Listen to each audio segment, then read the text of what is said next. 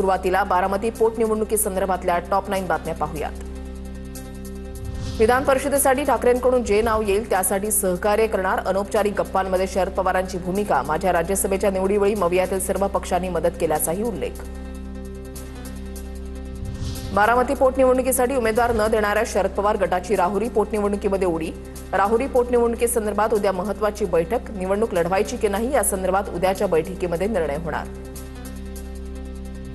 सुनेत्रा पवारांना सर्वांनी पाठिंबा द्यायला पाहिजे, मुख्यमंत्री फडणवीसांचं सर्वपक्षीयांना आवाहन, बारामती पोटनिवडणूक बिनविरोध झाल्यास महाराष्ट्राच्या राजकीय संस्कृतीला साजेसं असेल, पण मुख्यमंत्र्यांची प्रतिक्रिया। उपमुख्यमंत्री सुनेत्रा पवारांचा उद्धव ठाकरेंना फोन, बारामती विधानसभा पोटनिवडणुकीमध्ये पाठिंबा देण्याची मागणी, बारामती विधानसभा पोटनिवडणूक काँग्रेस लढवणार असल्याचं याआधी स्पष्ट।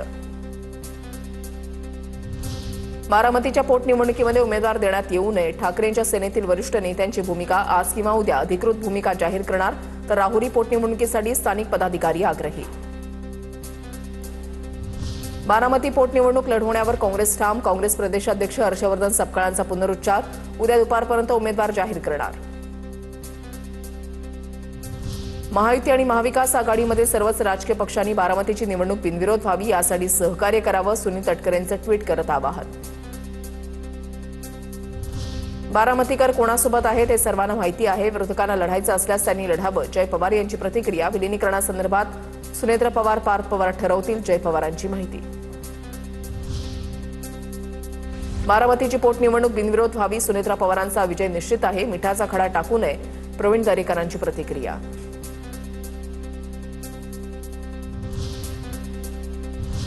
आता पाहूया टॉप 9 मोठ्या राजकीय बातम्या।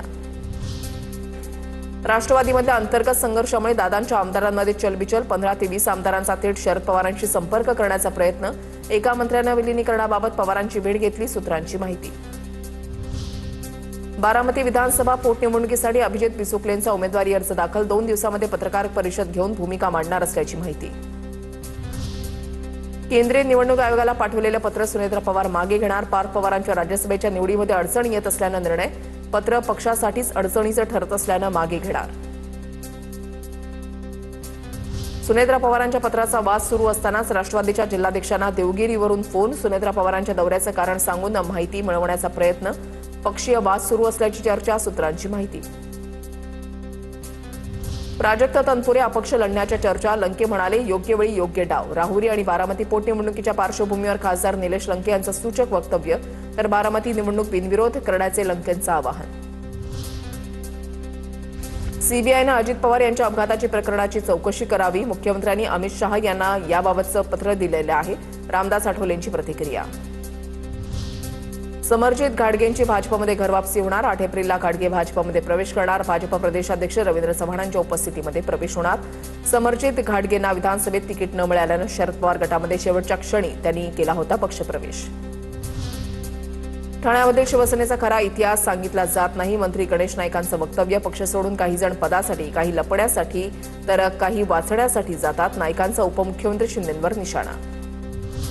उपमुख्यमंत्री एकनाथ शिंदेंचा दिल्ली दौरा रद्द, शिंदे आज ठाण्यातच असणार, शिवसेनेची अधिकृत माहिती, काही महत्त्वाच्या कामानिमित्तानं शिंदे दिल्लीला जाण्याची शक्यता होती। आता पाहूया टॉप 9 राजकीय बातम्या।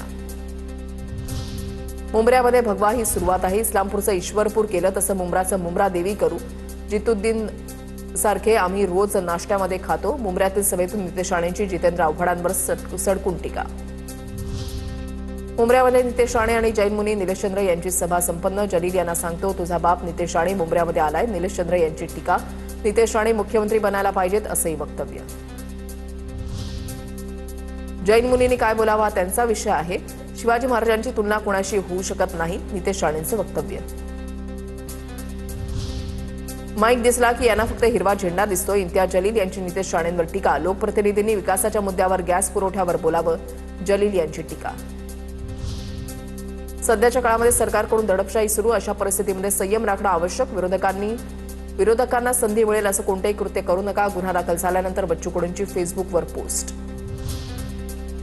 अर्जेंटिनामधील महापौर मारियो अल्बर्टो इशी आणि मुंबईचे उपमहापौर संजय घाडी यांची सदिच्छा भेट, यावेळेला इशी यांचा मुंबई महानगरपालिकेच्या वतीनं सत्कार. यावेळेला संजय घाडी यांनी मुंबई विकासाबाबत इशी यांना सविस्तर माहिती दिली. केरळमध्ये काँग्रेस खासदार शशी थरूर यांच्या ताफ्यावर हल्ला. निवडणूक प्रचाराच्या वेळेला भर रस्त्यामध्ये गाडी अडवून सुरक्षा रक्षकाला मारहाण. पोलिसांनी कारवाई करत 2 जणांना ताब्यात घेतलं. कालपासून माझ्या विरोधात आपकडून सुनियोजित मोहीम सुरू. सर्वांची भाषा, शब्द आणि आरोप एकच. हा योगायोग नाही. आपच्या राघव चड्डांची प्रतिक्रिया. आपकडून माझ्या विरोधात ठरवून हल्ला सुरू असल्याचा आरोप.